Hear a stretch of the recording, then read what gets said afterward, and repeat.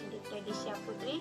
Saya adalah siswa SMK Negeri 2 Teluk Kuantan, Provinsi Riau, kelas 12 BDP 2. Nah, kali ini saya akan menjelaskan tentang pengaturan tempat kerja, menjaga kebersihan area kerja, produk fresh dan kosmetik di supermarket fashion dan sport. Video ini dibuat guna untuk memenuhi tugas mata pelajaran penataan produk. Baiklah, langsung saja saya masuk ke dalam penjelasannya. Seperti yang kita ketahui, kebersihan adalah keadaan bebas dari kotoran, termasuk diantaranya debu, sampah, dan juga bau. Tingkat kebersihan berbeda-beda menurut tempat dan kegiatan yang dilakukan oleh manusia. Contohnya kebersihan di rumah, berbeda dengan kebersihan di rumah sakit dan juga di tempat kerja. Kebersihan di lingkungan kerja sangatlah mempengaruhi produktivitas karyawan, karena ruang kerja adalah tempat karyawan menghabiskan waktu setiap harinya, sehingga haruslah nyaman. Lingkungan kerja yang bersih pastilah terjamin kesehatannya. Dengan lingkungan kerja yang sehat, maka karyawan bisa bekerja dengan nyaman dan terbebas dari segala penyakit. Sedangkan kerapian tempat kerja adalah pengaturan perabotan, mesin, dan sebagainya di dalam ruangan yang tersedia.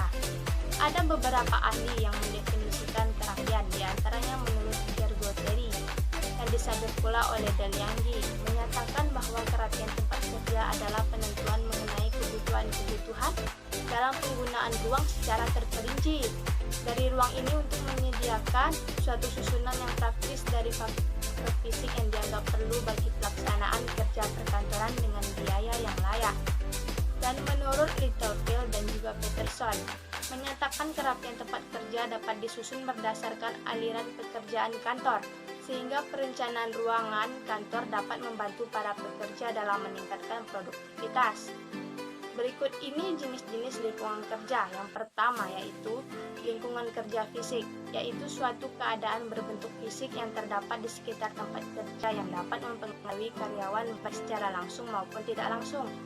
Yang kedua, lingkungan kerja non-fisik, yaitu semua keadaan yang terjadi yang berkaitan dengan hubungan kerja, baik hubungan dengan atasan maupun hubungan antar sesama rekan kerja, ataupun hubungan dengan bawahan. Kemudian, ada juga beberapa faktor yang mempengaruhi lingkungan kerja, yaitu yang pertama, pewarnaan. Pewarnaan sangatlah penting untuk menambah gairah karyawan dalam bekerja, serta untuk dapat memperjelas pengamatan para karyawan pada objek pekerjaannya. Yang kedua, kebersihan lingkungan. Lingkungan kerja yang bersih akan mempengaruhi semangat kerja pada karyawan. Hal ini merupakan salah satu faktor yang diinginkan oleh setiap perusahaan. Dan yang ketiga, pertukaran udara. Pertukaran udara yang cukup sangat diperlukan bagi karyawan, terutama dalam bekerja. Karena pertukaran udara yang cukup dapat membuat kesegaran fisik bagi para karyawan. Dan yang keempat, penerangan. Dalam menjalankan tugas, seringkali karyawan membutuhkan penerangan yang cukup untuk melakukan suatu pekerjaan. Dan ada juga manfaat lingkungan kerja. Menurut Ishak, manfaat lingkungan kerja dalam menciptakan gairah kerja sehingga produktivitas prestasi kerja meningkat. Kemudian masuk pada penataan tempat kerja. Penataan tempat kerja berarti menyimpan barang dan alat kerja di tempat yang benar. Yang sangat diutamakan adalah fungsi dari barang tersebut bagi kegiatan kerja. Jika segala sesuatu disimpan di tempat tertentu demi menjaga mutu dan juga keamanan tempat kerja, bisa dikatakan tempat kerja tersebut tertata dengan rapi. Keuntungan penataan tempat kerja yang baik. Yang pertama, kantor tersebut memungkinkan perubahan terus-menerus dengan minimum setelah pola dasarnya ditetapkan. Yang kedua, kenyamanan karena sirkulasi udara cukup lancar. Kursi dan meja yang nyaman dipakai akan memperbaiki semangat kerja dan cenderung menghilangkan sebagian dari perselisihan yang timbul akibat tempat kerja berantakan. Dan yang ketiga, arus pekerjaan lebih lancar dan hal-hal yang saling berkaitan dapat ditempatkan sedemikian rupa. Yang keempat, pemeliharaan yang lebih baik. Pemeliharaan yang lebih baik akan membuat kotoran lantai dan mesin menjadi berkurang. Dengan cara membersihkan mesin secara teliti dan teratur, Anda dapat mengetahui kondisi mesin setiap saat. Kelima, kualitas menjadi lebih baik.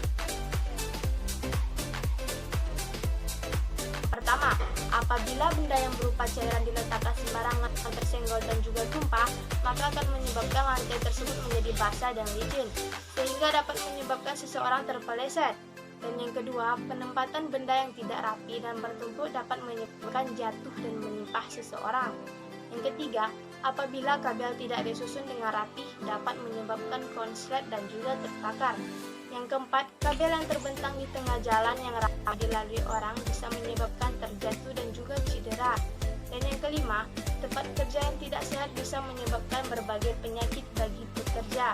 Dan yang keenam, tempat kerja yang tidak rapi dan bersih bisa menyebabkan rasa tidak nyaman dan menimbulkan rasa malas bagi pekerja, sehingga menurunkan produktivitas kerja. Yang ketujuh, alat-alat kantor yang tidak pernah dibersihkan akan mempercepat kerusakan. Dan yang terakhir, apabila barang berantakan akan meningkatkan risiko barang hilang dan untuk mencarinya akan memakan banyak waktu, sehingga banyak pekerjaan yang juga terlantar. Nah, sekianlah penjelasan mengenai kebersihan dan kerapian tempat kerja dan bangunan dari saya. Jika ada kekurangan, saya mohon maaf. Assalamualaikum warahmatullahi wabarakatuh. I ain't here for the money, I ain't here for the fame. Though it might be nice to own a jet plane, I'ma do it all for you. Come along.